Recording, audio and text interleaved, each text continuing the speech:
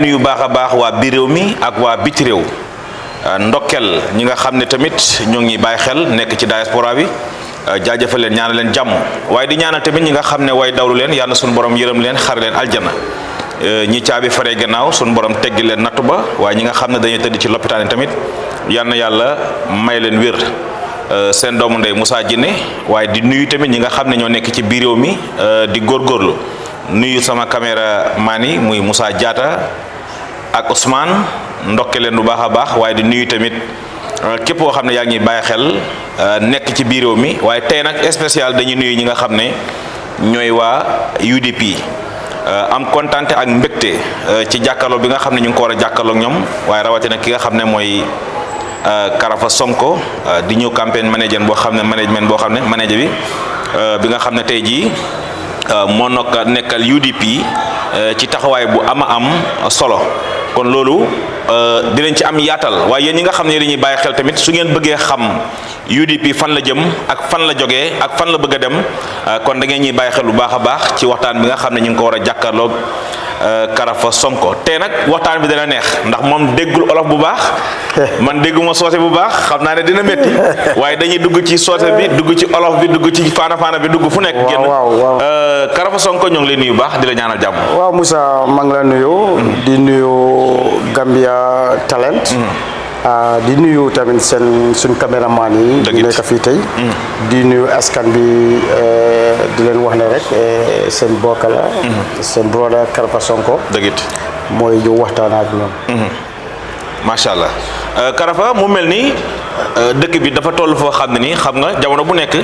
day am koo xam ne mooy nekk borom bës bi xam nga bës waaw xam naa bës bi jamono bi nag yaay borom bës bi waaw ndax gars yi ñu ko ñu ne Karafa jamono bi moo yore bës bi Gambie yow yaa ko téye waaw loolu tax na tey yii nit ñi daw ñëw seesi la te jàpp naa ne adduna bi yëpp ñu ngi la soxla bëgg a waxtaan ak yow lan moo waral tey nga téye bës boobu noonu ba ñëpp soxla la balaa ñoo dugg ci waxtaan. waaw loolu jërëjëf rek xam nga ne ñun politiciens la ñu ngi si biir politics ba pare United Democratic Party dimanche bu rombandi lañ taana seen new campaign manager ci bureau bi locally moo bu nekk man lañ taana te parti UDP moom xam nga ne dañ amee suñ internal process mooy internal démocratie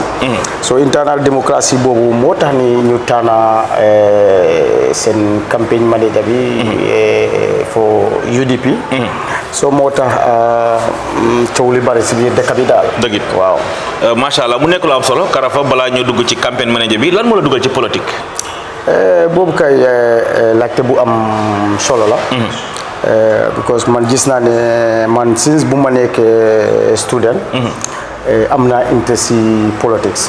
because dugga naa si lot of youth activities jógee fa bu ma jeexale school bi tukki ñëw fan nga tukki woon dama tukki yoon bitim réew at very young age so bu ma ñëw this was 1995 fekk coup d'état bi am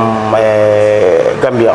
so balaa boobu tamit 1991 92 I could remember time Seni Abacha in Nigeria dama ko doon follow trop diggante Seni Abacha ak Chief Abiola ma gis ne nguuru military then in Nigeria lu mu doon doxale demut ak yoon secondement lu maanaam nguuru militaire waaw militaire so time boobu noonu dama ko doon follow trop si international media si so ma nekk foofu gis ne man suma own dëkka toon into a military government so ma xam ne daal is the same thing coup d'état si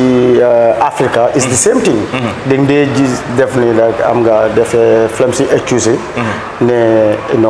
corruption si moo tax ñuy def coup d'état understand nga so ma gis ne loolu nekkut loo xam ne dëgg la so buñ defee coup d'état ci Gambia fii xam nga fekk ma ngi woon bitim réew ñëw in 1995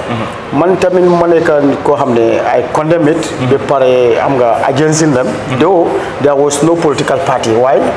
dama ko doon against trop within my community fu ma toog rek we discuss about waaye time boobu nekkuloo ci benn political party non fekk benn political party bi so noo ko doon agissé time boobu noonu ci bind wala ci wax or something like non si jotaay bi nii rek xam nga just like sensitization la fekk ñu bari because si BBC bu ma def coup d'état bi woon mag doon seetaan benn programme BBC this political analysis buñ toogee waaj bi mu ne soo demee Gambia tey da ngay fekk 95% of the population dañoo welcome the coup d'état waaye mu ne kenn du laajte kan moo def coup d'état mu ne gars ne waaye ges ñu jox leen 1 month ñu seet so su boobaa dañoo commencé di laajte kan moo def coup d'état bi mu ne soo déggee loolu rek fekk gars yi dañuy rocce ko ndànka because xam nga they were sick and tired of one state and one government mooy PPP government moo tax gars yi bëggu ñoo xam kan moo def coup d'état so everybody will embrace and support the coup d'état waaye su demee ba 1 month 2 months is there Gambian will start asking themselves kan moo def coup d'état bi sax mu ne soo déggee loolu rek gars yi commencé nañ am ñaar xel so man tam bu ma ñëw ma fekk most of my friends and relatives are supporting the coup d'état su ma leen waxee loolu ñu ne ma Jawara fi dafa yàgga lii ak lii waaye after some time ma dégg suma benn boy tamit ñëw mu ne ma ne boy man daal ñii seen affaire bi daf ma jaaxal ma ne mu ne ma ñii dañ commencé di arrest ma ne ko ne so lala mu ne ma man I don't like that so time boobu la nit yi di commencé jéene ma nekk foofu National Consultative Committee ñëw am nga fekk ñëpp xam ne yaa jame am na 30-something years waaye buñ defee consultative lifin yooyu noonu Gambians recommend 45 years so gis na ne Gambians seen boppa sax bëgguñu yaa jame because already xam ne ñaata at la am so gis nga depuis time boobu noonu ma ngi si biir politics di sensitize people to distance themselves from military coup d'état waaw ba UDP ñëw ok mu nekk lu am solo waaye time boobu nga xam ne ñu bëri against nañ coup d'état waaye ñi mu ñoo wax ndax ku wax yaa jaame jàpp la tëj la wala mu dóor la wala kenn du la gisati yow time boobu noonu sa wax bi daf doon jàll ci yaa jaame wala da nga wax ci ruq yi rek maanaam toog sa ruq di wax waaw xam nga time boobu noonu xam nga di ban all the political activities ba pare ay WhatsApp yi nii waxuma Gambia Talent waaye it's only one media house moo amoon mooy GRTS man time boobu dañ ko doon waxoon sa JRTS Jammeh Radio and Television waaw fa time boobu noonu JRTS Jammeh Radio and Television because moo ko moom because jamono boobu kenn ñemewut a wax waaye ñu lu ñu doon def rek mooy xam nga suñ amee son football vu yi nii toog nii xam nga dañ nga sensitize man maa ngi fa I have one of my friend Amadou Jawara Cheikh Oumar Jawara ak ñoom Adama Sonko ak Idrissa Sonko di football ak ñeneen ñoo xam ne xam nañ do they have understanding we start engaging our brothers and sisters to distance not to accept it so da nga gis ne jamono boobu man suma village mooy Essew majority of them voted against Yaya Jammeh even in 1996 election because we campaign vigorously ok time boobu JRTS la woon waaw but right now mu ngi JRTS wala mu ngi BRTS jamono bi daal non nekk waaw ba léegi GRTS la because I think waaw right now nekkul BRTS waaw foofu bu ndugagum foofu noonu sax léegi bi nga ñëwee pour dugg ci politique maanaam Sahel ban parti la joxoon wala direct UDP ci nga demoon non xam nga UDP time boobu noonu UDP formut man dama doon xaar because they ban all the political parties waaye time am na parti yu fi nekkoon non parti yooyu lañ doon ban xam nga man PPP was my family's party man suma family bi PPP la nekkoon waaye buñ baanee PPP no party was active so I was all along waiting for a new party to be formed because I know there will be a new party because if you ban the other party there will be another party that will emerge so bu UDP don't form man loolu tax dama ko def waa UDP def ma fekk UDP because man I was all along waiting for a political party to be formed so luckily mu nekk United Democratic Party that I choose to support ok foofu am na solo bi nga ñëwee UDP tamit wala UDP bi mu la fekkee ci biir UDP time boobu mais bi xale nga waaw waaye ban position nga nekkee woon foofu ci biir waaw man time boobu noonu bu UDP doon form man suma stepdad ñu ngi ko woo ak oncle Souleymane Naar Sonko moo nekkoon le regional chairman North Bank region so moom bu ñu doon form UDP moom def ñu call the invite ne there is a party boo xam ne dañ ko bugg a form waaye moom def ñu recognize in the village community ne xam nga ñun tamit youth leen ba pare doon jëfandu ak youth si trop bari so bu ñu informé loolu mu wax ñu ne no United Democratic Party ñu ne ko ne ñun de dañ doon xaar façon parti bi form so time boobu leen engage di start mobilizing people xam nga nomination form yi tamit ñëw xam nga ñu jël xam nga dugg si biir nit yi di jël that nomination li fi ni number si so man time bu doonu daal 1996 I was a village mobilizer waaw village mobilizer la woon in Essew waaw in 1996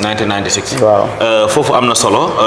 jamono boobu noonu ñu gis ne tamit réew mi métti woon na ci maanaam ñàkk kaddu ndax am na ko fi nekkoon koo xam ne ñu bëri ñi muñ ko soo bëggee turam sax da ngay làq wala nga am noo waxale nu ngeen doon dundee jamono boobu UDP ak ci Yaya Jammeh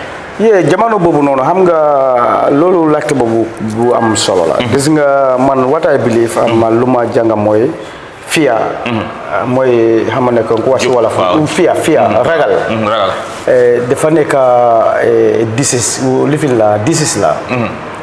jàngoor boo xam ne benn docteur mënu ko faju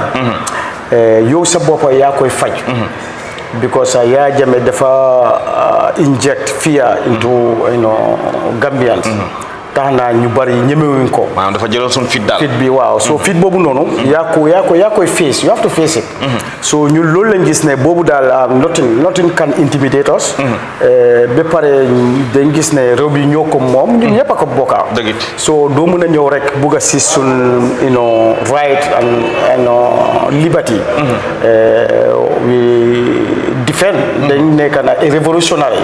ne man kenn du ma mën a stop at a young age man in 1996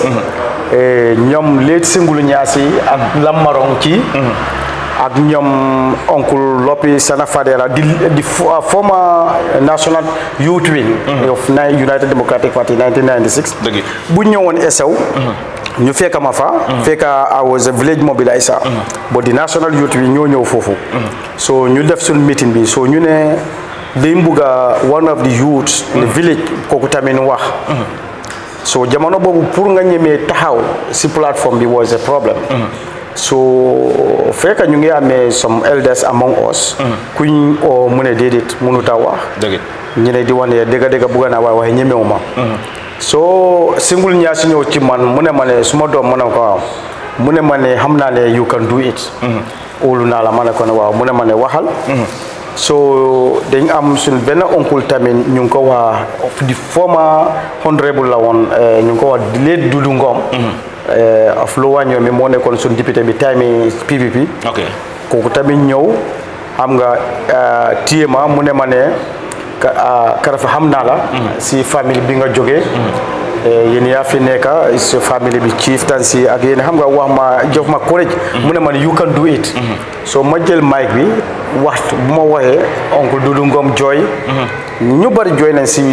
meeting boobu because it was emotional because they know my family where I come from because xam nga loolu moo tax daal so Singul Ñaas kooku tamit téema ak ñoom Lambarong gars yi kontaan ne xam nga ñoom daal du mu sa wait in Lowañol because xam nañ a very good politicians koo xam ne mun na wax ba is very young and able so gars yi jox ma that courage man bu ma waxee foofu noonu even my family ñoo xam ne di away ñu bari di ragaloon am nga start calling me ñu ne ma ne Karafa dëgga we cannot stop you of supporting political party bu la neex why you need to be very careful what is going on in this country people have been disappearing tortured and stuff like that ba pare you were suñ brother bi we don't want to lose you ma ne waaw loolu la because xam nga one has to be sacrifice because bii suñ dëkk la Gambia is the only country that we can afford so we have to defend ma ne la no matter what man I will just take that responsibility campaigning against any dictatorial system in this country ni Yaya Jammeh so time boobu la am correct tamit for the help of the former national leader Singul Ñaasi ak ñoom Lammarong and Uncle Lopi and Sana Fader and others. ñoom ñoo ma jox that courage in 1996 to take up the responsibility as a politician. ok am na solo waaye ñu gis ne Yaya Jammeh time boobu tamit wala ba ni mu fi jógee maanaam lu ñaaw rek lay waxal UDP ak Yaya Jammeh mënuñoo seq jàmm lan moo dee cause loolu noonu. waaw xam nga that's no surprise because it's a history la boo xam ne it's not only Gambia. waaye dafa nekk loo xam ne waruta ñaaw daal. xam nga because if you go to Sénégal ñun bu ñu nekkee xale. Abdou Diouf moo fa nekkoon. waaye there's only one political party boo xam ne moo di am problème with Abdou Diouf mooy Ablaye Wada. so Abdou Diouf xam na ne benn other political party mënul koo daaneel budul Ablaye Wada rek la so moo tax ñuy am problème so if you go to Ghana it's only the party of John Kufuor bu mun a daaneel the party of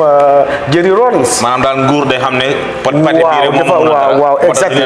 exactly kon dafa mel ni moo tax yéen a Barrow ba tey mun na waaw ba pare Yaya Jammeh I could remember Yaya Jammeh mus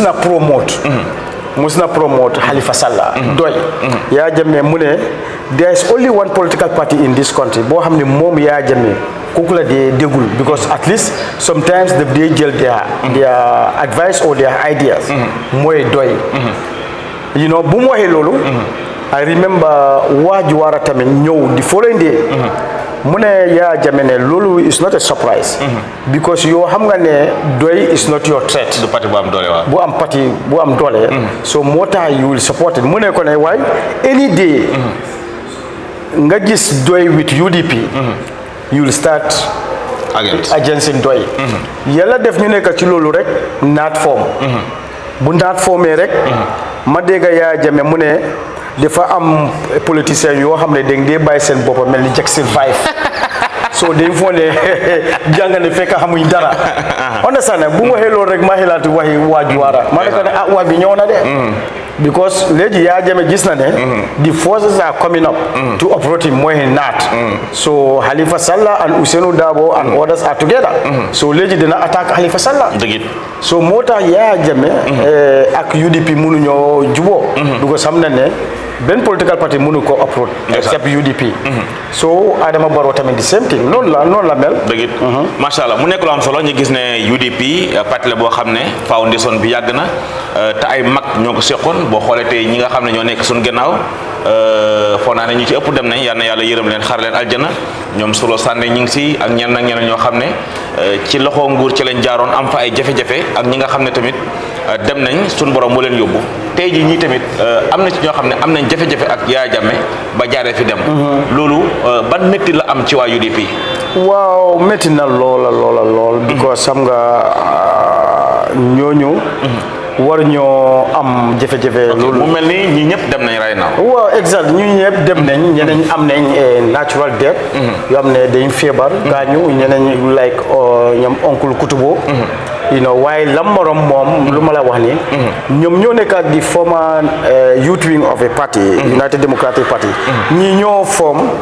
samp party bi si bopp because waaw then the national youth wing ñoo am the political wing of a party of the party you have the uncle kii Singulu Ñaasi ci Solo Kurumang moom mu ngi woon URR kooku tamit dañ ko toocoo mu gaañu Lammar Solo Sandeng so anti Sadio Kun Sané ñooñu yëpp dañ jaar si loxo brutality ba pare oncle Femi Peters ak ñeneen ñi so ñii yëpp dañ nekk nit ñoo xam ne si loxo nguur bi lañ jaar am nga waaw tocco moo tax kay seen débi lifin waaw macha allah am na solo Karafa sometimes dama dee dégg ñi ne UDP parti soose la te tey ji boo ñëwee fi di nga fi gis Ndour Sonten Seck ay olof séeréer lan moo tax ñu ne UDP parti soose la waaw man I believe ne that's the only way bu Yaya Jammeh mun a doxal xam nga dafa am yeneen nguur o yeneen njiit ñoo xam ne di ko jigéen waaw they only do divide and rule divide and rule mooy tax ñoom seen rule bi o seen lifin bi waaw seen jamono mu mun a yaaga because suñ bàyyee nit yi yëpp nekk benn rek yëpp dañoo gisandoo waaw moo tax always they do divide and rule ba pare time yi Yaya Jammeh tamit xam na ne it's only tribal politics bu mun a bu mu mun a lifin moom loolu rek la mun a use against United Democratic Party because very weak politician mooy def loolu because soo gisee United Democratic Party ñii sax is not all of them waaye soo gisee Banjul si boppam di capital city 1996 man dama foog ne waa Banjul ñoo form United Democratic Party because tur bi sax soo ko déggee United Democratic Party loolu dafa kooba lépp everybody is inclusive united ñu nekk benn soo gisee ñu bari sax ñoom oncle Ibu Mane Amadou Tall Okuta Thomas ak ñeneen ñooñu de pictures are not here waaye ñoom tamit bokk nañ anti Yam Seka Yamu Ndaw Yabu Sukayna Ka ak anti Safi Ndiaye ak ñeneen so ñooñu yëpp nekkuñ soose ñooñu yëpp ay olof lañ ay yeneen xeet la so UDP is not like man time boobu na Ousseynou Dabo is a Mandinka boo demee Muña Gën ñan fa am Somtin Mar Muña Gën ak ñanga ndaw oncle how to call it Keba Seka ñoom ñoo form United Democratic Party lu ma la wax ni kii du oncle Dudu Ngom Samba Jibe ak ñeneen so UDP ñëpp a nekk xeet yëpp a fa nekk waaye Yaya Jammeh that's the only politique bu mun a use against UDP xam nga loolu la man loolu dafa nekk politique boo xam ne is very bad because dafay tax xam nga xeet yi xam nga ñu am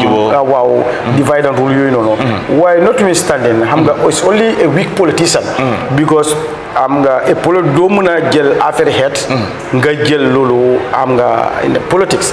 man lu ma gëmmee if I want to hit MPP I just talk about the leadership their incapability loolu la dee wax ne Adama Barrow mënut a yóbbu dëkk bi because lii ak lii ak lii la ak ñeneen waaw loolu moo war as a politician loolu rek nga war a waaye war loo jël affaire yi xeet yi nii masha Allah Karafa ñu ne right now yow a nekk new campaign manager bu UDP ndax nekkul fi woon force tamit bala gars yi change things yaa ngi fi woon force right waaw in 2016 maa nekkoon deputy campaign manager deputy campaign manager for almost 4 years nekk deputy campaign manager nekk national campaign manager for 2 years then Modou Sabal came in ñu dem Congress xam nga ñiiroo ngaaroo bugg a bari foofu noonu. bugg a congrès boobu noonu. dégg naa ñu ne deal mu ngi ci woon bi ko dañ jaar ci background bi ñuy fal Mamadou Sabally waaye yow yaa fa nekkoon. soo deal daal lañ fale Mamadou Sabally deal la. ci waaw wax ma ne deal moom fa. non deal moom fa gars yi ñoo ko wax de. waaw ñoo loolu lañ ko gisee nag waaye xam nga man lu ma ko gisee woon mooy de conspiracy moo fa nekkoon rek xam nga jël Modou Sabally rek isi ko. so man ma gis ne loolu du mun a xam nga cause awa suñ parti bi divide so bu wax bi baree rek man suma parti kilifay jóg ñoom Amadou Kora ñoom Ba Jamba Bojang ñoom Hina Marong kilifa parti jóg rek ñëw ci man ñaan ma because si congrès bi dégg naa ñeneen ñu wax Modou Sabally ne doo bàyyi mu ne waat ci yàlla ne xam nga ne na suulu yaayam si biir baamel bi waaye moom du bàyyi so ma ne leen loolu daal man jaruma loolu because man parti bi la gis non so man te ma bàyyi ko lan moo koosoon Mamadou Sabally moom ne mu suul yaayam du bàyyi ak lan moo koosoon tamit yow nit yi ñëw di la ñaan pour nga bàyyi pour Mamadou Sabally ñëw xanaa moom dañ jàpp ne moom moo yoroon xam-xam bi wala moom moo waroon a doxal wala lu xew non foog ma ne gis na ne moom moo mun a expliquer loolu lu tax mu ne du bàyyi waaye man ci suma side bi man parti bi laa gis ba pare bu kilifay buy waxee I realize and my supporter ñoo xam ne ñu may supportoon gis ne loolu la lu gars yi doon wax loolu mun na am because it was very tense am na lu mu ko jaral waaw because xam nga dem na ba xam nga man suma supporters and his supporters di commencé xam nga dafa am very dirty politics bu xewoon foofu noonu because man xam naa dafa am certain people ñoo xam ne they were use Ramu Sabal to make a audio to tarnish ñun suñ image bi mooy man Ibrahima Diba ak Talib Amé Bensouda ne ñun dañ call moom Ramu Sabal pour ñu xam nga def team to overthrow Ousseynou Dabo so man bu ma déggee audio boobu noonu automatically ma ne leen bii du Ramu Sabal dafa am ñu ko use you know pour mu def façon audio boobu noonu te yooyu noonu xam nga mun naa isi problème ci parti bi so if you want to continue opposing each other so mu gars yi ñaane rek ma ne leen dëgg la man dinaa bàyyi ma ñaan suma gaay you know ne man dinaa bàyyi because jamono boobu noonu man xam naa the support that I have you know so waaye su demee élection xam naa ne side waaw dina waaw no he can't win me moom mënut ma win because man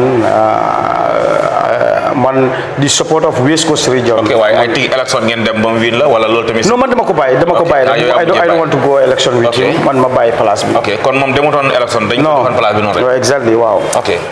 ok loolu am na solo right now moom Momodou Sabally bi mu ñëwee UDP ban yokkute la fi indi woon because comme ñu bëri ñu ngi doon jooy pour mu ñëw wala ñu ngi doon ñaan pour nga bàyyi moom mu dugga yokkuteem ci UDP lan la woon.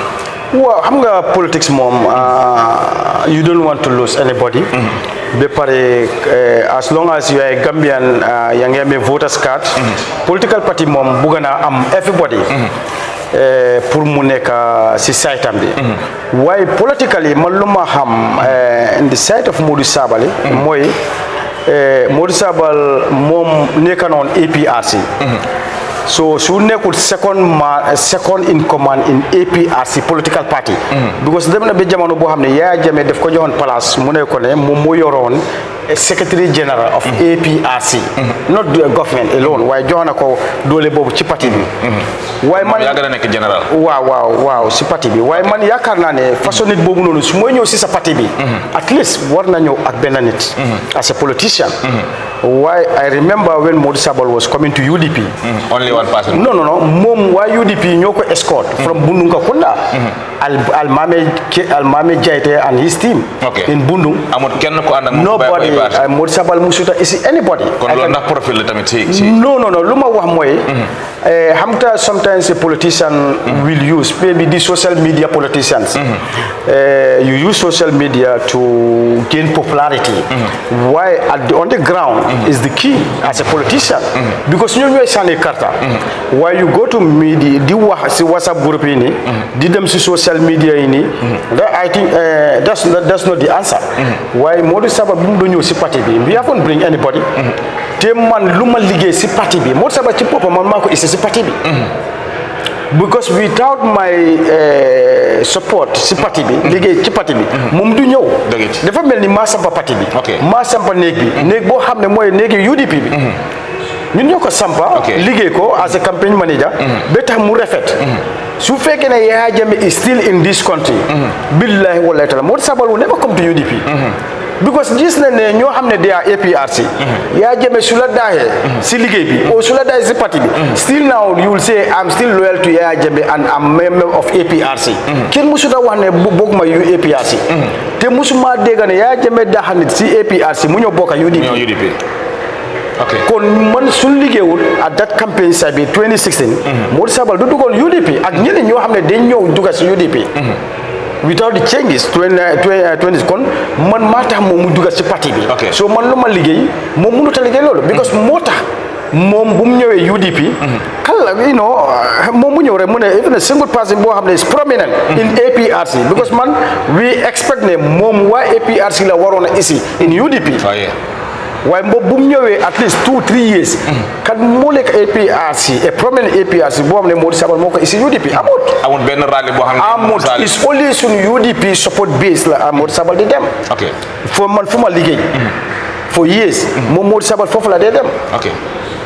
so léegi la moo taxoon ngeen def ko general campaign manager mu nekk favori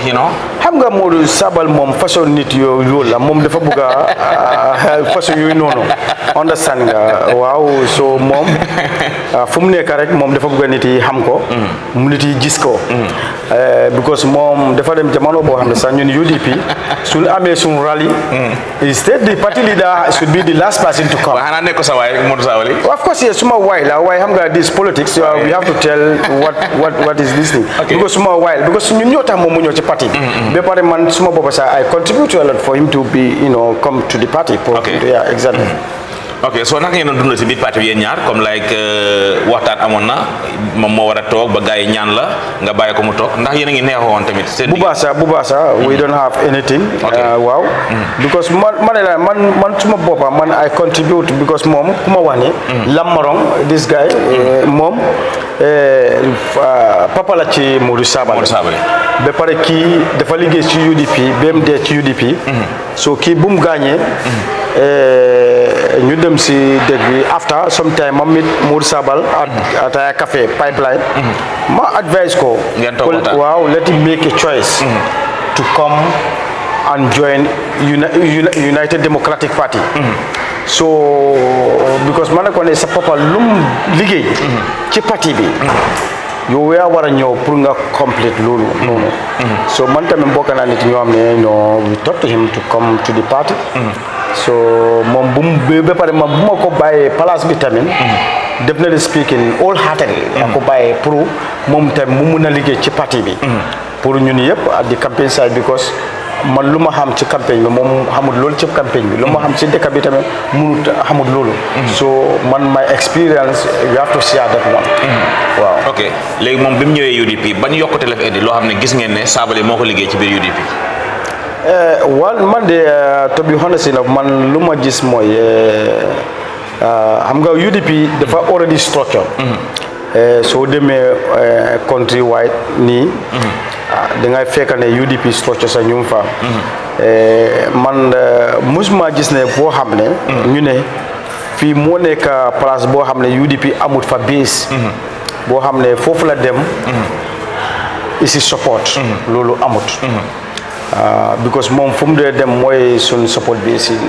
waaw loolu kay xam naa loolu fi nga xam ne toog ngeen ko ba mu ñor waaw boobu kay moom waaw exactly because we in 2017 we have almost 31 National Assembly members so ñun fu ñu wiine is our base ok it's our base ok ñi gis na tamit moog paa bi xaritam la woon waayam la woon tamit ñu daan waxtaan ci yu bëree ndax tamit dem bi tamit amul benn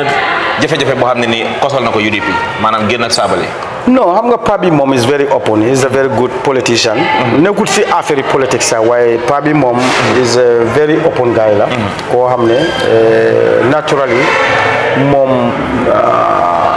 xam nga nit la xam nga lu nit yi di wax ne kawar nit la am daal soo ñëwee ci moom xam nga is always open so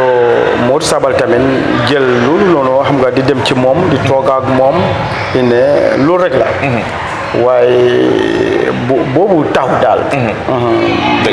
paa bi moom is very open macha allah ñu gis ne loolu jàll na ci la sonde bi ñu def la ñëw campagne manager bu UDP yow itam nga mel ni jëlaat nga place bi nga xam ne nii moom nga yore woon so right now lan nga gën a bëgg a liggéeyal UDP ci gannaaw bañ la joxaate place bi liggéey bi mooy 2026 is very important year because boo xam ne UDP war na win election 2026 am ngeen ci yaakaar bu baax sax so liggéey boobu noonu with the campaign and organizing committee bi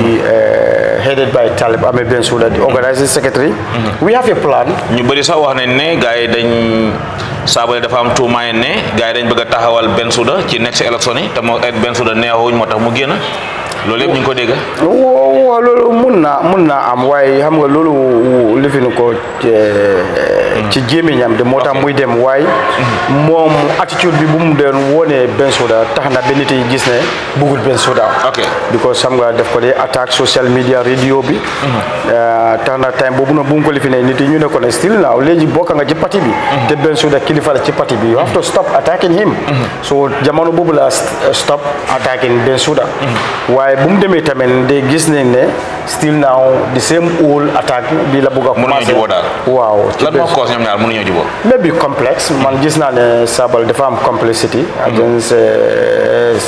kii Talib loolu rek la because mënut a wax ne dama xuloo ak moom ak lii waaw ok so mel ni nga ne 26 bi yéen a ngi waajal campagne bi pour man fee jëlee président Barrow ndax dina yomb tamit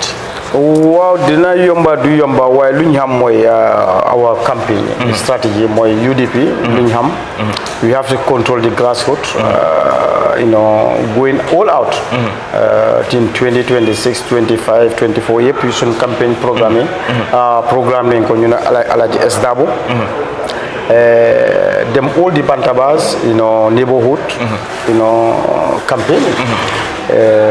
pour jël Adama Barrow from power. I think that is not a difficulty pour jëne Yaya Jammeh it's more difficult than Adama Barrow. ok waaw waaye mu mel ni seen général bi rëcc na right now léegi commando la mu ci Barrow kan mooy général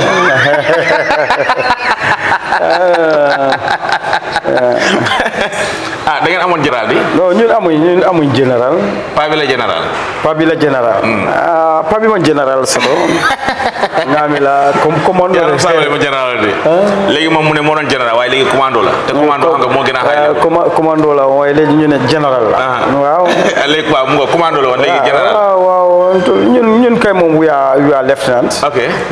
ñun lieutenant pa léegi yéen a ngi dem jàkkaarloog Barrow ngeen fekk fa defeen boo xam ne nii seen biir la nekkoon ngeen war a jàkkaarloog moom I think we had a very strong defense. ngi mel ni soo ñëwee war a dem gerte seen commando bi right now mu ngi feneen. ndax dina yomb tamit non kooku du mun a jàkkaarloo ak UDP. waaye xam nga tamit yóbbu na secret yu bëree bëri UDP. non amul secret UDP secret bi UDP bi parti kilifa la. ok waaw xam nga tey Sabally bu fekkee mu ngi woon fii tamit ngeen óolu ko. mu nekkoon fi campaign manager kooku tamit dina am. gis nga sa campaign manager what information is just like toog nii rek jël la as a campaign manager. period. The secret of the party I can tell you that kooku not everybody knows that in UDP. okay because ñun dañ jàngane 1996. By 2016, there are a lot of people ñoo xam ne they were very close to UDP. ñëpp betray nañ the trust of the party. waaye su ngeen amee koo xam ne óolu ngeen ko da ngeen ko amal si. non moo tax ñun ñu jàng ci loolu. te time boobu gis nga kii in 1996 after election. ñoom Edward Singate. they arrest a lot of people. ne ñoom they surprise the naka la UDP am power boobu noonu strength boobu noonu within a month because then lift on ban of the political party rek UDP form less than a month we went into an election UDP am doole boobu noonu so loolu jaaxal gars yi torop so some of our key members ñoo xam ne some of them are UDP executive some of them are very close member of the party buñ leen arrêté yóbbu leen ñoom Edward Singate laaj leen naka la UDP am funding boobu noonu some of them reveal dañ ko wax waaw so ak yéen a ngaa ñeneen ñoo xam ne dañ dee ñëw ci parti bi am tuuti bayre dem APRC so UDP tamit am na pexe boobu noonu not everybody in the executive who know UDP you can't waaye ku ñëw joxe boppam nekk dead UDP xam nga doomu aadama kenn du ko dee mën a xam waaye xam naa ne Sabally mais bi óolu ngeen ko 100% ba am na sécurité yoo xam ne luñ mën a óolu Sabally mënuñ ko óolu moo than Wajuwara because man mi toog ak yow Wajuwara was my very good politician kooku laa doon even bugga mu wax si political platform than Ousainou Darboe because lu mu di attaqué woon I really like it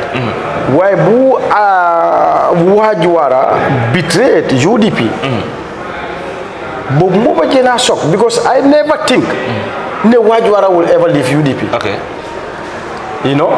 waaw waaye xam nga kooku maybe moom ak Sabally seen position wute na te Sabally tamit ñu bëri kooku moo nekk the most powerful politician than Sabally is not a politician.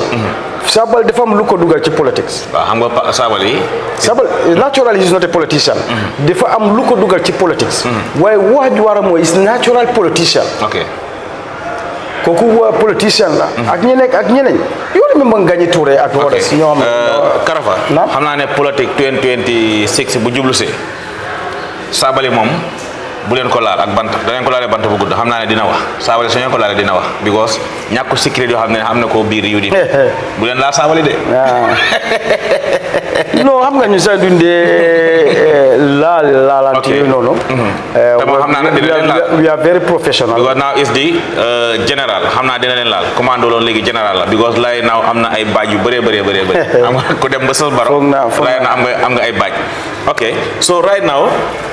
naka ngeen bëgg a waajalee 26 bi comme ñi ngi woon ci loolu noonu ba war fee jëlee ki nga xam ne mooy président Barrow ak liggéey bu rëy bu nekk di liggéey waaw liggéey bi mooy am nga ñun already Barrow mu ngi liggéey de waaw xam nga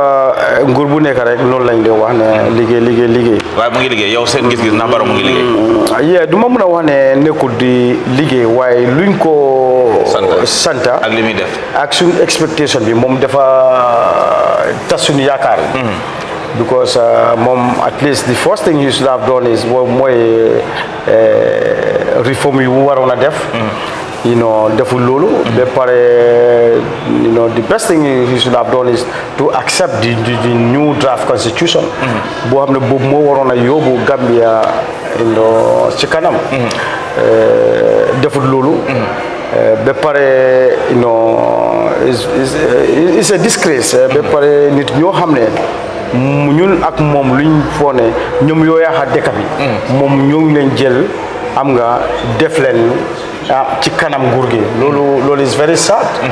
You know, Fabakary Tombong Jatta koo xam ne ñoom ñoo impose state of emergency buñ ko daanele Yaya Jammeh in democratic election bi ñoom Fabakary Tombong Jatta ñoo ne it's not fair, it's not free and fair. Ba pare emu ci loolu ñu ne they don't even recognize Adama Barrow ak Sidi Njie those sycophants. You know, ak ñeneen xam nga façon yooyu noonu is too provocative yow nit ñoo xam ne ñoom ñoo la doon gën a xeex. ñoom ñoo la nooni démba waaw nga falente waaw you know ñun bañu ne réconciliation am si dëkk bi because that is key loolu war na am. waaye su mooy am tamit is not this way. boo xam ne nit ñoo xam ne ñoom ñoo even ñii ñoo xam ne ñoo yaaxa Yaya Jammeh. man loolu mus naa wax bu ma nekkoon ak even Adama Barrow dama demoon benn radio programme Star FM. moo koy Adama Barrow ma ne ko ne fekk we are together. ma ne ko ne the biggest problem bu ñu African president lu ñu am. dañ dee feel ne their oppositions there is their enemy. time boobu moom Barrow toog na. moom moo nekkoon foofu. ok waaw. te man I was very close to him. But I went to radio ma ne leen sometimes the African presidency dañ dee foo ne opposition yi Africa seen opposition ñooy seen enemy. whilst they are inner circles. people around them is their enemy. because boobu moo yaaxoon Yaya Jammeh fii. ana ñu doon wax Yaya Jammeh mu stay for million years fii. ñoom Fatoumata Diakhoumpa Cissé. ñoom Fabakary Tombong Jatta Sidi Njie. you name them. ñii ñoo yaaxoon Yaya Jammeh. député speaker. député waaw. ñi ñoo doon wax ne Yaya Jammeh has to, you know, stay in power ba mu lifin xam nga. jox ko doomam bi. ñoom ñoo ko abandon tey. dem si Adama Barrow. ok so lan mooy différent nguuri Yaya Jammeh ak nguuri Barrow. nguuri Yaya Jammeh ak nguuri Adama Barrow xam nga both of them, you know, are corrupt government. government la waaye bu Yaya Jammeh human rights abuses. xam nga boobu rek mooy seen problème. because Yaya Jammeh was very brutal. man loolu dama ko dee wax. there are a lot of killings. no freedom of speak. mel ni yéen seen media bi mënut a amoon jamono Yaya Jammeh. you know ba pare ñu doon am nga you know instigate yooyu. ñoo nekk around Adama Barrow. ñoo nekk around Adama Barrow. so time Yaya Jammeh moom, you know, is too brutal. you cannot be compared. A lot of disappearance, killing. the media house were targeted. You know, no freedom because ñun time boobu as an opposition party we don't have anywhere to go. Even so, apply a permit, you want to announce your rally in somebody am rally. If you go to GRTS, they will not read it. If you go to the private radio, they will tell you, no. All the private radios were have sport radio stations. No political, you know, programs. So tey loolu dafa ute. You know. so loolu la. mu mel ni Adama Barrow si UDP la génne waaye time boobu tamit coalition bu am doole ñoo fi nekkoon waaye ñu ne ci UDP la génne kon UDP nekk nañ parti boo xam ne bu am doole la ci réew mi waaye ba mel ni dafa mel ni nu ngeen ko bëggee ba tey ameewu leen ko noonu. déedéet. waaw right now bu fekkee dem nañ 2026 ñi def ne UDP yàlla jox na leen réew mi ban changes ngeen nar a indi biir Gambia. ñun changes bu ñu war a indi Gambia mooy lu Gambians bugga. mooy développement bi. dañoo gis développement ba pare économique bi. want to boost the economic. boobu noonu noonu suñ 5-point agenda dafa spell out everything so 5-point agenda boobu noonu ku am loolu ku read boobu noonu gis ne UDP mooy the solution of this country because the health sector is already spelled out clearly there agriculture everything if you go to provinces ñoom CRR foofu noonu if you see the vast land boo xam ne Gambia mun na feed boppam suñ ne affaire yi rice so UDP am na pexe boobu noonu am na intellectual ñoo xam ne they can work on those things youth empowerment employment bi why loolu duñ ko mun a am di suñ amut nguuri United Democratic Party ba pare United Democratic Party nguuram bi ay tim boobu su ñëwee Gambien will realize ne dëgg ne yàgga nañ lu sosé ni wax ne mbeta manele to have that kind of change waaye gis na ne politiciens yu bëri suñ bëggee toog luñ dee diggee ak liñ dee def is different right now mën na ñëw su ñëwee danañ wàññi maalo bi danañ wàññi diw bi danañ wàññi waaye suñ toogee rek fàtte nañ bi ko ñu bëri loolu leen dee campagne su ma toogee dëkk bi dina neex dinaa wàññi li dinaa wàññi lale so right now American rice mu ci 2200 waaw gis nga loolu soo bëggee xam loolu about the seriousness of our party you take it from the party leader lawyer Ousainou Darboe su Ousainou Darboe bëggee mun na nekka life mun na nekka su ma wax life this thing president how to call it vice president because as long as Adam Barrow is here Adam Barrow du génne Ousainou Darboe from vice presidency because moom lu mu bugga su fekkee ne Ousainou bugga na loolu to support him if UDP support Adam Barrow Adam Barrow would be here kenn du ko mën a jiini waaye luñ ko sànnil karta ñun luñ tax ñu bugga ko o def ko fa Adam Barrow deful loolu man mi toogaa yow su fekkee ne politics wax kese la o xam nga so own interest léegi nga dugga ci politique man tamit tey nii war naa nekk ci side Adam Barrow because nekkul ne bugg na ma because he knows ne man tamit I contribute for his success to become a president I was his campaign manager so ñun UDP Alhaji S Darboe tamit moo nekk his secretary loolu Alhaji Darboe bugga loolu la Adama Barrow loolu la koy defar waaye Alhaji Darboe dafa gis ne Adama Barrow lu mu dee lifi ne govern it's not the way loo xam ne UDP loolu la ko santa moo tax Adama Barrow mu ne UDP is not supporting his agenda Alhaji Darboe mu ne ko ne there is only 1 or 2 agenda boo xam ne UDP loolu la santa mooy ne sa coalition agenda bi and your national development agenda these are the two boo xam ne UDP is prepared to support te loolu mooy nekk dëgg waaye bu ñu ne ko ne apart from that any other agenda boo isi UDP is not going to support you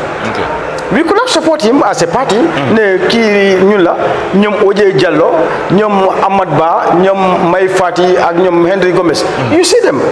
bu amee problème ak UDP rek ñoom dem di let OJ wax na ko mu ne ko ne 3 years after 3 years I will resign waaye bu amee problème ak UDP rek ñoom gaa yëpp dem foofu ñu ne ko ne you will stay for 5 years because ñoom gisuñ Gambia ñoom seen selfish interest ñun UDP we are very focused we see this dëkk bi lañ gis moo tax ñun ñoo jëna coona si loxo nguuri Yaya Jammeh you can see our victims ok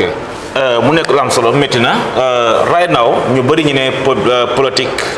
is not civilized dafa bëri game tey ji boo toogoon bara wóoru la na dama la soxla pour nga ñëw ñu liggéey mu jox la position bu am doole ndax di nga dem man baro onama te ofanama waaw because man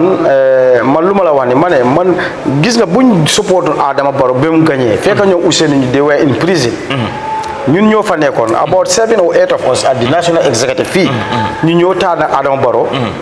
man ma nekk his campaign manager campaign for him win as a president bu mu winee as a président daf ma invite toog ak moom te dafa am lu ma wax if I want te su ma óoloo boobu noonu bugga wallahi génne naa UDP and I will be with him ok Barrow wana ngeen toog yéen ñaar ngeen toog nañ maanaam moom how many times waaye loolu is not man loolu taxul ma bokk ci politics wax naa la loolu at the beginning man suma dëkk laa gis te I want to build a very good legacy for my country man suma ancestors is known in this country. In 18 something, my ancestors, their names are in the book, in the history. Ok, ñu gis na last election yi manam UDP amon nañ doole ci dëkk bi lan mo nga japp ne mo leen xaj election yi passé. Wow, bobu there are a lot of foul play. You am nañ ko, Adama knows, and everybody knows. Moy this how do you call it inducement. Be pare these dirty politics, tribal politics that been used a lot against UDP. Ñom Demba Balde. Those are very bad politicians. They use tribal politics, use money, buy people. Gis nañ lot of UDP ñun sun evidence. Mota the minister bi Assane Diallo ñemewut pour use because mom gis na ñun sun evidence buñ use against MPP luta gay win election. Gis nañ MPP supporters jël xaalis dem in URR di ko jox alkalo time boobu leen wax ne they will pay all the alkalos jox leen xaalis di time of politics la and so many so waaye Gambie bi ndax war naa nangu ñu jënd cadeau muy carte ndax war na ko nanga so bras carte nga di ko jaay waaw because xam nga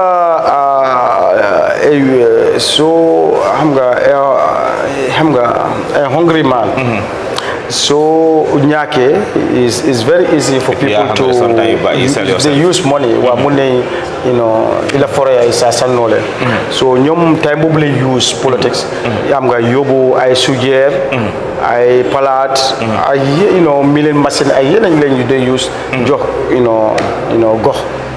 so loolu tamit contribute na a lot ba pare this foreign registration tamit boobu tamit nekk na loo xam ne use nañ ko especially my area in Bara Esaw foofu tamit gis naa lot of foreign registration foofu noonu waaw bu baax a baax loolu tamit use nañ ñi gis na tamit sa xarit bi Sabally amoon na position boo xam ne tamit ci campagne bi muy waa UDP maanaam campagne bi nga xam ne campagne na leen ko ba UDP amoon nañ fu sori foo xam ne yegg nañ fa ndax jàpp nga ne next election inshallah rabbi di nga taxawaay boobu noonu bu raw bi Sabally taxawee woon waaw man I say well kon xanaa ma repeatat ko because during the last presidential election ñoom Sabally si boppam sax ñu ne UDP moo win moo tax ñu nag moom di demoon court te moom ci boppam sax meer na woon ne bu Assane Diallo turn down the election petition moom Sabally make na statement against that ne dañ sàcca UDP sàcca boobu noonu gagné boobu noonu during my time la as a campaign manager last presidential election la ñëpp xam ne UDP moo win on election bi 2016 tamit the coalition bi tamit I was the one leading the campaign so beyond tamit in 2026 yaakaar na bu baax a baax ne UDP is going to win the election inshallah ok so si ban yoon ngeen mun a jaar Barrow dëgg-dëgg ba war a win election yi ban yoon nga teg ne foofu ngeen mun a jaar yoon bi mooy straightforward mooy campaign we going to campaign ba pare ñun xam ne lu Gambien bugga ba pare ñun xam ne ne fu Barrow yóbbu Gambien si moom promise bu mu jël it's not fulfilling those kind of promises man yaakaar na yàggul sax about 2 months a month ago dem nañ campaign with campaign organizing team ñu naan Talib Ahmed Bensouda dem nañ campaign and then we realized ne Gambians are eager to have changes in 2026 because ñun fuñ dem foofu moo nekkoon seen base foofu lañ win on election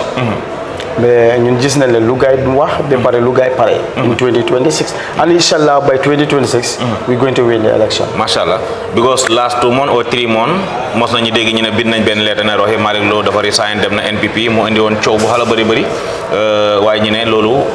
fake news la amutoon yàggul dara ñi dégg Sabally dem na ndax nekkutoon bu Sabally bi lañ jaawale ak bu Rohey Malick Lowe bi tamit am nga politics mooy noonu rek am nga nit yi sometimes you have lot of rumors dégg naa bu kii Rohey Lowe but I believe ne he would not make that kind of mistake ne dina bàyyi UDP moom si sa mayo am na ne the power that UDP has in Banjul. So gisee mu nekk mayor is UDP. moom du xelaat ne dafay bàyyi United Democratic Party. waaye for Sabally we know that very well. because ñun we've been monitoring UDP ñun dañ dee fii. Especially if you hold our positions. dañ dee feel we got that information ne Sabally dafa bàyyi parti bi. though announced ko officially. Why buy now? Because Gambia is a very small country. Sometimes people don't know because Kinga de Wahal, like if you are in the government, we have a lot of people in MPP, Barrow think they are MPP. They are holding a position. If they show their support to Barrow, they will lose their position. So they will be quiet. So first you need to they give information to any political party they support. Okay. Yeah. Right now, manam bi Sabally demee ndax am ngeen ci benn surprise ndax am na ñoo xam ne tamit dañ ne Sabally li mu def is fine because nekk na ko xam ne dañ ko ban pour mu liggéey Gambia kon su demee si nguur loolu tamit is fine ndax mu mën a dundal njabootam something like that. Oh, Lolo, wow, some people say that. Wow, some people say that it's good for him. Well, I don't think that is correct. One, because Mom Sabally, at least in 90s, Sabally was working with APRC at Yaya Jamet, Amna, a very good position. But in 1996, Betay, ñun musuñoo liggéey. ñun si opposition lañ nekk di liggéey for the United Democratic Party UDP for this country so moom at least mus na liggéey ba pare moom su sey tamit ñun ñoo ko jënaa sey jëkkaa sey ba pare ñun tamit am nañ famille waaye naka la ñoo dundal suñu famille bi so United Democratic Party comme ñi fi nekk ci office bi amuñ salary daal anyway ku nekk ak sa non party boo xam ne fi sabilillah you have to sacrifice for your country just like ANC ndeysaan am na solo right now ba tey yéen a ngi waajal 2026 ndax right now foog naa ne liggéey bi war naa commencé te am ngeen yaakaar ne suñu borom mën na leen di jox réew bi ci maanaam xam ngeen li Gambie yi bëgg comme ni nga ko waxee suñu demoon ba yàlla jox leen ko ñi dem ba Sabally bëgg a ñëwaat UDP ndax di ngeen accept loolu nañ xaar ba waxtu boobu jot an politics is politics waaw ñu xaar boobu noonu Sabally xam nga moom waaw xam ne loolu si yeneen nit yi ñoo xam ne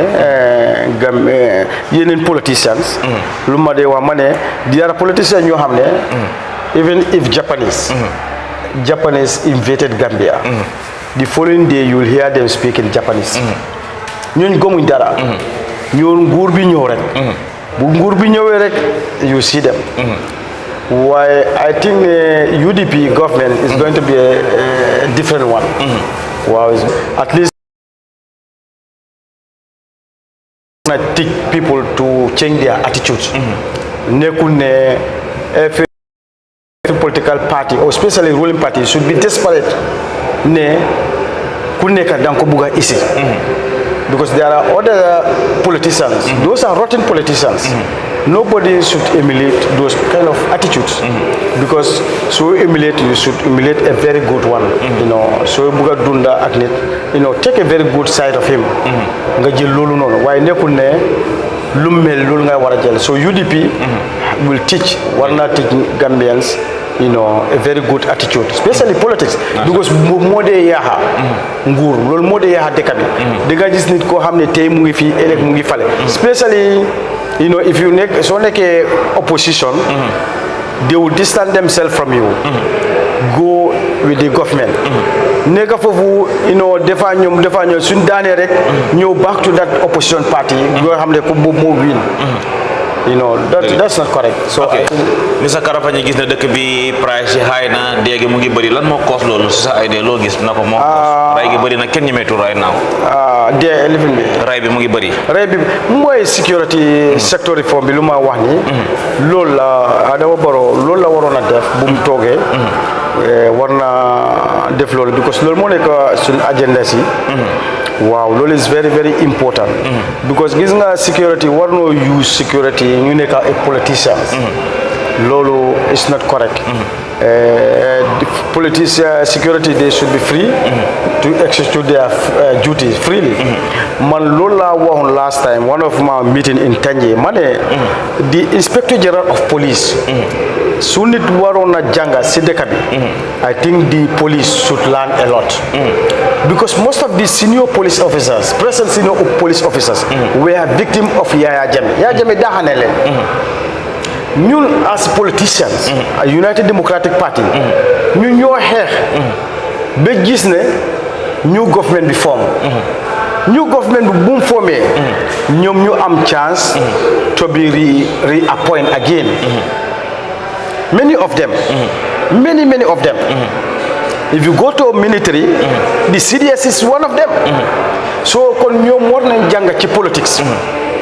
Ne benn nguur mënu fi nekk. Te soo nekkee a police officer or nekkee security, don't play any role. Be politician mën na la ràññee ne yow political party bi ngay support. Because dégg nañ Ramou Sabal bu mu demoon MPP. mu tuddi Touré IGP ne IGP moo ko facilitate bu mu doon cross capet to MPP, which is very bad. He should have even a civilized politician or civilized a police officer, he should have resigned. Because as a police officer you should not associate yourself with any political party. Much more young and a victim of a former government. You here as a politician. Better young and as a palace. Konsungur be you should be distant yourself from politics. Before a win MPP win, they're gonna another politician who talk one day. The Inspector General of Police more new gender on not for our salvation. It is very sad. So Mota Nyun as a politician, we definitely celebrate the former CDS. Because this is a very matured and is a very competent security officer. Definitely, lui kubuga. Definitely, buti harasi buwa. Because nous musuñu gis ne mas CDC drame duga na ci affaire politique te denge dega waxam te advice bu mu joxe di present CDS loolu doy nañu as politician. So yaakar nañ ne di present CDS wax bobu la moy jël. Why the police should be very careful. The police, the Gambia police force, su nit warona janga ñu war nañu janga torop ci politics bi ma lolu wana ko suma wab be pare ñun as a politician ñun UDP ñu dundé togn. But I can tell you this, there will be nobody on this earth who you muna intimidate, who you muna harass, ben you ragal, billahi wala kala. If anybody think that you are fooling yourself, we are politicians, this is the only country we can have, billahi. Yeah, wow, yeah, Jammeh was here for 22 years. As a politician, as a political party, UDP, musun ko ragal, musun ko, daw, because we have to face it. Mota, we have lot of victims. So man ñaan bobu def na ko ci police, especially the head of the police. They should desist. Okay, why ndax dégg nañ la tamit? If they don't hear me, I think they will realize it. Because of ñom luñ gëm moy nguur lañ andat ñom duñ defen manam dal nekkuñ opposition nguur bu ñew dañu and ak yow even tay ji bu UDP ñewon sax ñom dañuy ñew. Waaw lool la xam nga your loyalty for the state. Bob is key loolu la te loolu lañ wax loolu lañ gom moo tax ñun suñu bopp sax if we apply a permit sometimes we need a police escort because this ne they are here for everybody. Why they should not show themselves ñun suñu amee problème as a citizens ñun police la ñoo dem kon ñun suñu gisee ne they are supporting another political party maybe nguur gi who will bother yourself to go to the police? Because we're going to put the law into our hand. Because we'll see they are failed police. Because they saw themselves. They want a political party to support. Because ñom tamit yene say ñi def la xamné ni gënalul leen because dañ leen di control. Sometimes mu ne la wax la sa tay demal nga def li demal nga def la fekk yow ya nga def la xamné ni neexul la waye di nga dem ngir ndigal. Wow, they should behave as a good citizen. Am nga nguur defay gis lo. Ya jëme bum leen daha. Bu leen daha another government dafa ñëw pour mu jël leen so non la so nguur gi su la santé anything that is wrong the best thing you could have done is so community you resign. Gis nañ di former former Inspector General of Police Kinte he resigned ak ñeneen so why so gomene sa aduna bi place bobu la without that place do am dara lolu kay mom ñaka machallah amna solo mu melni time ba ngi waja dem way ñi génné won ci maire élection yi nga xamné Bensouda win nako ci win bo xamné tamit fo nané UDP yop content nañu lan ngeen jappone motax Bensouda mu winon élection yi passé ci mayoral yi ak lan moko xañ ki nga xamné mo doon jogante muy honorable Bakary Badji waaw am nga Bensouda dafa nek ci parti bi te dafa nek nit ko xamné dafa déggu torop UDP has a policy Bensouda bu mu winé the right honorable lawyer Ousseynou Dabo dafa auto meeting bi fi ci bureau bi advise all the UDP supporters ñu sanil Bensouda Karta mu ne sen meyo la bu len def council sen bureau sen political bureau is here so len bëggee gis Bensouda politics xaaral ko ci bureau bi buguma pour quel mu dem fofu diko jeten pa bi mo wax lolu machallah so mu ne len because liggéey len ko santa so let us not xam nga def the council as our political bureau because APRC lol mo fa neka the council mo len de dunda everything every day they go to the council ñun duñ fa def dem we leave Bensouda to work as a mayor ak ñeneen council ba ñu tamit the same thing so mota Bensouda am that success understand be pare he listened to his party kilifay the party leader be pare the manifesto of the party tamen read nako xam nako naka la manifesto bi mel so any good name boom am it's not Bensouda it's the party so mota nit yi gis ne is the right choice lim ko santa def nako for his 5 years so Gambia wa KMC gis ne they have to give me another extra 5 years to lead the council mota mu win election machallah Mr Sonko nga nek tamit ko xamne am nga taxaway ci parti bi mu UDP way ñu gis ne Gambia wala aduna bi fo dem ndaw yi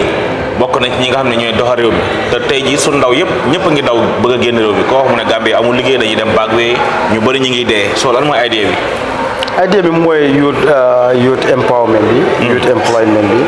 moo tax ñu ñaan rek ñu fight ba gis ne UDP government bi am loolu moo nekk su agenda bi gis ne in any réew mi development lifin bi dëkk bi ndaw ñoo koy def waaye ndaw yi suñ bàyyee dëkk bi dafay gis ne dëkk bi du dafay loolu li tolal du mun a dox so ñun suñ programme bi will bring back to that kind of youth empowerment gis ne xale yi am liggéey xale yi am confidence gis nga affaire bi will deliver as a party we believe in dialogue so ñun we have an open door policy say bu ñu oone ni waxtaan affaire nguur we are prepared to go waaye des na kan moo ñu oo al lu tax mu ooñu loolu moo nekk solo because sometimes oote tamit mun na nekk political game oote bi tam mun na nekk oote boo xam ne nekkut ci kaw reality so mota yo sonyu oire we go there and listen because lu so say one ni moy kumandi tasi yele moy na ma foye abadi le lale it's what we believe so that many idea gëna good ci meeting ba tay well I haven't seen anything yet wow I haven't seen anything yet the only thing lu ma gis moy political dialogue moy the difference between the two political parties and their supporters why gis nañ ne after that dialogue Sidi Njie used the opportunity to attack our party leader so gis ne lolu luñ doon wa ñom it's not serious because yo nga joge ci dialogue bi pour bu political parties are politicians yi am a problem yo nga nek a senior member of that party or that government you start attacking our party leader so gis nañ ne dal it's not something boo xam ne am na base. ok ndax nekko tamit political party yi demoon dafa am kàddu yi yëkkati yoo xam ne féebawul nguur gi something like that. waaw su feebul because nekkul ne ñoom war nañoo dem gis ne kàddu bi war na leen a feeboo. because ñoom xam ne ñoom nekk si nguur gi. lu yaaxu ñoom la lu baax ñoom la. so ba pare ñoom seen boppa sax xam ne there are a lot of things yoo xam ne it's not fixed. so suñ demee ci façon yooyu they will expect a lot of wax or words from people yoo xam ne sax du leen feeboo. so they should accept as a leader. soo ñu gis ne politique bi ñu bëree bëri soo gisee ñi tayal ci wala ñu ragal right now da ngaa gis benn Karafa Sonko boo xam ne nii baadoolo ni man amul sax kër gum dëkk dafa luwaas. waaw ñi def la ministre 1 year 2 years nga tabax kër boo xam ne sa salaire yeggu fa di dawal moto yi seer so loolu ndax noonu la war a demee tamit ci African politique. warut a dem moo tax. if you could remember pass nañ beneen bill yóbbu nañ si beneen bill bi. anti corruption bill. waaye MPP député ñoo ko reject. bill boobu spell out everything. ne déedéet lii bill bi mooy.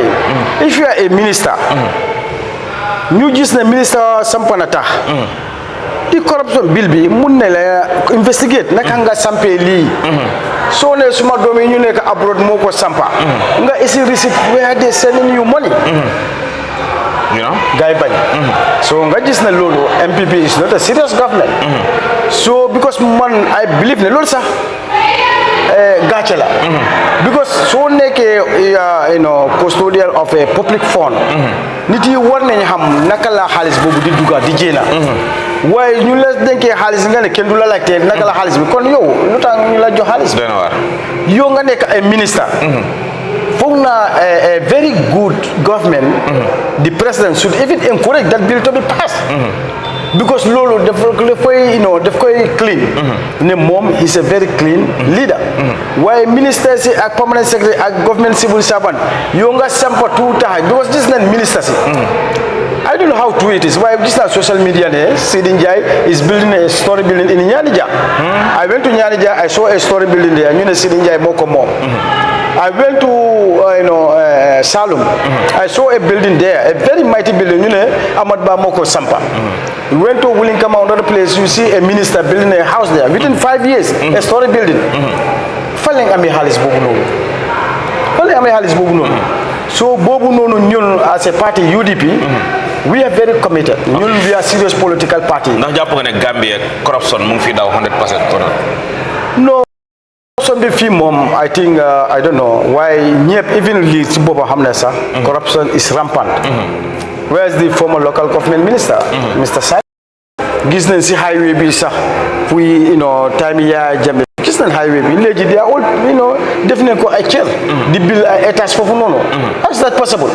TDA within 5 years. we have seen all the reserve land. ne jënd nañ ko jaay nañ ko. dëgg loolu is crazy. Mr. Karafa time daanaka jeex na. waaye fu ñuy daaneel rek mooy TRRC bi ñu gis ne xaalis bu bëree bëri kos nañ ko foofu noonu waaye ba tey di dégguñ benn noise boo xam ne tamit solution dina war a am nga foofu. waaw still now the same kaddu leen wax ci Adama Barrow ñu ne luñ ko sànneel karta dafa feel Gambians. because moom I think su mooy support any other thing within his government. moom TRRC war na ko jàppale trop. because Gambians ñoo ko sànneel karta. soo gisee Gambians sànneel ko karta. di doylu nguur Yaya Jammeh. soo gisee ñu doylu nguur Yaya Jammeh mooy. buggu ñoo gis nguur Yaya Jammeh because of his human rights abuse. disappearance, torture, a lot of things were happening. A lot of killings moo amoon. so su loolu happening ba nit yi ñu sànnil ko karta. and there are a lot of victims around him. moom war na jël TRRC seriously. gis ne victims yi am leen seen warugaay. loolu war ko caaxaan. any serious government war na take TRRC seriously. because dégg nañ TRRC seen testimony everything. you am some of the testimony were so emotional. sad stories yi. lot of brutality moo xamoon. so the president ñu ngi ko wax pour mu take the TRRC seriously. because victims war nañoo am seen dampaay justice justice mooy lifin bi dampaay moom I don't know because nit su amee su ko tooñee mu xam ne dëgg-dëgg ci tooñ na ma o nangu leen tooñ na ma Gambien rek la mun na loolu sax doy na ko waaw waxuñ affaire yi dampaay or whatever waaye the government should take this thing seriously and even and Janneh commission tamit is something boo xam ne ñoom ñoo ko institute that commission has to be recognized and taken seriously tamit waaw Karafa ban voice ngay bayal Gambians xanaa waa Gambians ne ñu unite gis ne dëkk bi mooy suñ dëkk politics we take politics seriously gis ne Gambia moo tax any serious politician sa dëkk ngay gis na ne UDP parti boo xam ne Gambia la gis te ñu ngi leen a ñaanal ñu jox ñu seen kaddu mooy seen voice seen vote bi gis ne 2026 ñu am nguur UDP government suñu amee UDP government Gambia dinañ kontaan lu ñu xam si Gambia mooy the smiling coast of the Gambia dinañ ko amaat ba pare this inflation ak this economic crisis will be the thing of the past because we have the competent people ñoo xam ne dañoo rule this country so 2026 campagne bi the same Karafa la ñuy gis wala change dina am inshallah the same Karafa and different approach mashallah campaign approach inshallah nga war a jàkkaarloo Modou Sabally ci background Modou Sabally bi the national campaign and organizing committee Sabally mun a jël campagne moom itam foofu gars yi jox ko non suma brother Lamine Thiam mooy campagne manager waa gars yi mun nañ koo ceeñ mu war a jàkkaarloo yow bi nga xamante ngeen let's wait and see foo ñu mu fekk la fa inshallah jërëjëf looy tàggatoo gars yi ñu lay seetaan Gambian Talent waaw ma ngi nuyu Gambian Talent first of all ma ngi tànk Gambian Talent mooy di first diaspora mooy di first media mu ñu interview as a new campaign manager of the party so ma ngi leen a nuyu spécially yow mi nga nekk di lifi bi ma interview di nuyu diaspora ñu nekk fii ak ñu nekk fii tamit ñu ngi leen a nuyu di leen sant bon mun nga wax ci soode gars yi dina la dégg léegi waaw nga jaare ma tay rek yow dégg nga wolof de si jabar ko wolof bi soo déggu de wolof boo bëggee dem boori kawur baati waaw fa nga wax wolof waaw loolu kay moom dégg la waaw damay try nii rek xam nga waaye yow yaay suma docteur suma gaañee rek nga toppatoo so mbe mbaɗigol ɓe kontonna ɓe tentula milɓe jiɓiro ke kañum waten kono mbe Gambia Talent TV mbe tentula mbe jeyla bake itolle fos TV ti nimmile interview soto kabrien ke campagne manager ti last Sunday oto mbe tentula mbe jeyla mbafale ko nteni tol ɓe kañantañin TV tole mbe ɓe kontonna anim fana mbe tentula mil fana ɓe diaspora ɓe jiɓe kan ngal ɓe fana konton ngal tentu ngal jayi ani milɓe banko kan jang alnaalde badi mbalen Karafa Sonko soo demee ba campagne UDP ba yàlla jox leen réew bi nag fàttalikul ne Gambian Talents ñooy force media yoo xam ne ñoo interview bu baax sax ñooy kay moom ñu ngi si sunu lifin bi ba ñu ñëw si xaw nga ne xëy génn ñaawama leen no worry jërëjëf gars yi jaajëfal leen ñaanal leen jàmm yéen ñi nga xam ne yéen doon bàyyi xel ci Gambian Talents ci TV am kontaan ak mbégte fekk fi ki nga xam ne mooy sunu naataango mooy Karafa Sonko ci taxawaay bu am solo bi nga xam ne waa UDP fal nañ ko ñi ñëw ndokkeel ko xam ne tamit mat na li mu doon moo tax gars yi fal ko ndax adduna bi nag duñ fal koo xam ne amuñ ci yow yaakaar kon yaakaar bi nga xam ne ni waa UDP am nañ ko ci yow ba fal la ko ñu ngi lay ñaanal yàlla na bu yaakaar tas yàlla na yàlla yokku la yàlla taxawu la ndax ñun ñëpp Gambien lañ li am solo mooy ñi rafetal politique bu jotee politique la waaye bu politique jàllee nañu booloo bi ko dafa mel ni mbëri làmb yu war a bëree rek suñu waree bëree xam nga da nga dégg coow bi noise bi waaye su bëree bi jàllee nag is finish ñi xam ne UDP NPP xam nga parti yi fi nekk yëpp réew mi lañ soxla kon nag li am solo mooy nañu booloo bëggante bañ di xasante di saagawante xam ne